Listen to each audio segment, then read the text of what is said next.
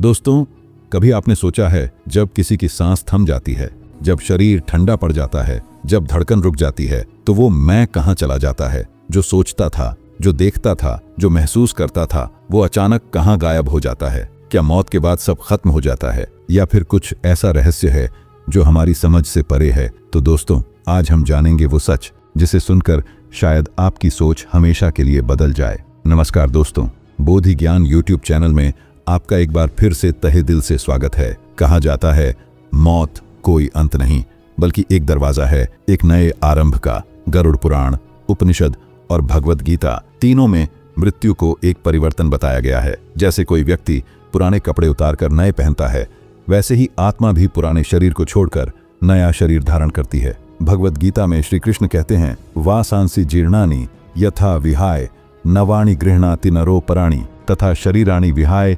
जीर्णान्यन्यानि संयाति नवाणि देहि। अर्थात आत्मा पुराना शरीर छोड़कर नया शरीर ग्रहण करती है। मृत्यु के ठीक उस क्षण जब प्राण शरीर से निकलते हैं, आंखों के सामने पूरी जिंदगी की फिल्म चलती है। हर कर्म, हर विचार, हर भावना एक क्षण में आत्मा के सामने आ जाती है। इसी को अंतिम समीक्षा कहा गया है। गरुड़ पुराण के अनुसार जब प्राण निकलते हैं, आत्मा तुरंत अपने कर्मों के हिसाब से एक यात्रा पर निकलती है। पर यह सब हर आत्मा के लिए एक जैसा नहीं होता। अगर व्यक्ति ने जीवन में पुण्य कर्म किए हों तो आत्मा को प्रकाशमय मार्ग दिखाई देता है, मधुर संगीत सुनाई देता है और उसे शांति व आनंद का अनुभव होता है। ऐसी आत्मा देवयान मार्ग से आगे बढ़ती है, जहां उसे दिव्य लोकों की यात्रा कराई जाती है। लेकिन अगर किसी ने पाप, हिंसा, छल या अधर्म किया हो तो आत्मा अंधकारमय सुरंग में गिरती है। भयानक आवाजें सुनाई देती हैं और यमदूत उसे पकड़कर यमलोक की ओर ले जाते हैं। यह यात्रा लगभग 10 से 12 दिन की बताई जाती है। इसीलिए हिंदू धर्म में 13वीं का विधान है। इन दिनों आत्मा को भूत शरीर या सूक्ष्म शरीर कहा जाता है, जो अदृश्य होता है लेकिन महसूस कर सकता है। आखिर यमलोक में होता क्या है? गरुड़ पुराण बताता है, जब आत्मा यमलोक पहुंचती है तो उसका सामना धर्मराज यमराज से होता है। वहां चित्रगुप्त का बही खाता खोला जाता है, जिसमें हर छोटे बड़े कर्म का लेखा जोखा लिखा होता है। किसी को चोट पहुंचाना, झूठ बोलना, लालच, अभिमान, सबका हिसाब वहीं तय होता है। यमराज आत्मा से पूछते हैं, क्या तुमने अपने जीवन में धर्म का पालन किया? क्या तुमने अपने माता पिता, समाज और प्रकृति के प्रति कर्तव्य निभाए? फिर उसी के अनुसार निर्णय होता है, आत्मा को स्वर्ग भेजा जाए या नरक। कई लोग कहते हैं स्वर्ग नरक जैसी कोई जगह नहीं होती, लेकिन गरुड़ पुराण इसे मानसिक और आध्यात्मिक अनुभव मानता है। स्वर्ग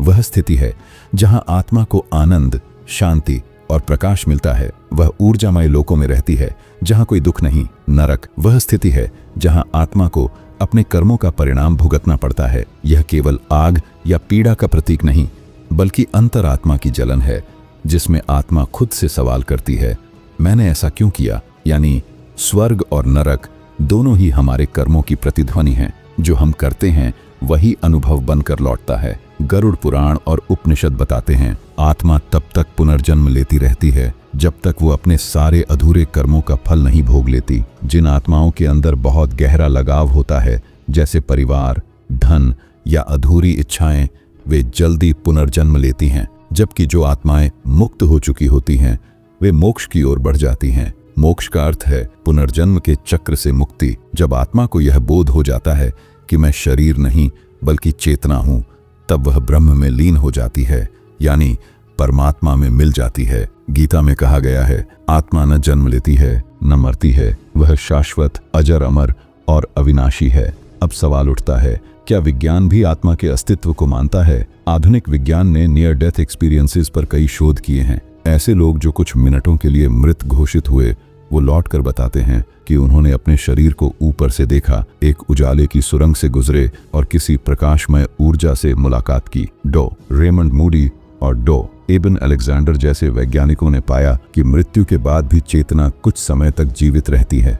यह वही चेतना है जिसे हमारे धर्म ग्रंथ आत्मा कहते हैं। धर्म ग्रंथों में कहा गया है कि मृत्यु के बाद आत्मा 3 मार्गों में से एक पर जाती है। देवयान मार्ग, पुण्य आत्माएं जो धीरे धीरे मोक्ष की ओर जाती हैं। पितृयान मार्ग, सामान्य आत्माएं जो पुनर्जन्म लेती हैं। तमोयान मार्ग, पापी आत्माएं जो नरक जैसी अवस्थाओं से गुजरती है। हर आत्मा को अपने कर्मों के अनुसार ही मार्ग मिलता है। कोई भी भगवान का आदेश बदल नहीं सकता। यह कर्म का अटल सिद्धांत है। अगर आत्मा अमर है तो जन्म और मृत्यु की जरूरत क्यों? उत्तर है सीखने के लिए। हर जन्म एक शिक्षा है। कभी आत्मा को धैर्य सीखना होता है, कभी करुणा, कभी सत्य, कभी त्याग। जीवन दरअसल एक आध्यात्मिक विद्यालय है जहां आत्मा हर बार परीक्षा देती है और जब वह सब सीख लेती है तब उसे मोक्ष की डिग्री मिलती है। मौत से डरने की जरूरत नहीं, क्योंकि मौत का अर्थ है घर वापसी। हम यहाँ हमेशा के लिए नहीं हैं। हम यहाँ केवल अनुभव करने, सीखने और प्रेम फैलाने आए हैं। भारत में कई जगहों पर पुनर्जन्म की सच्ची घटनाएं दर्ज हुई हैं, जैसे शांता देवी का मामला, जो 4 साल की उम्र में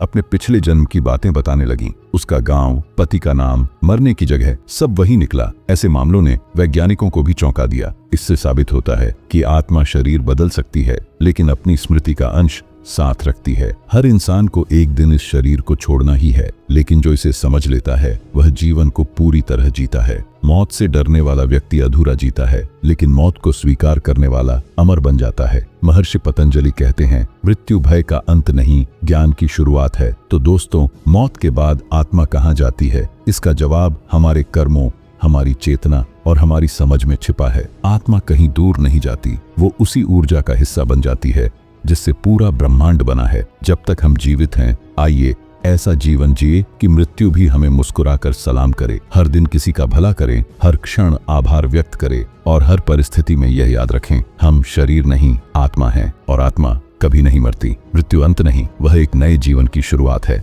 दोस्तों, अगर वीडियो पसंद आया हो तो वीडियो को लाइक करें, शेयर करें और अगर आप चैनल नए हैं तो चैनल को सब्सक्राइब करें, ताकि ऐसे ही नॉलेज भरा वीडियो आप तक सबसे पहले पहुंच सके।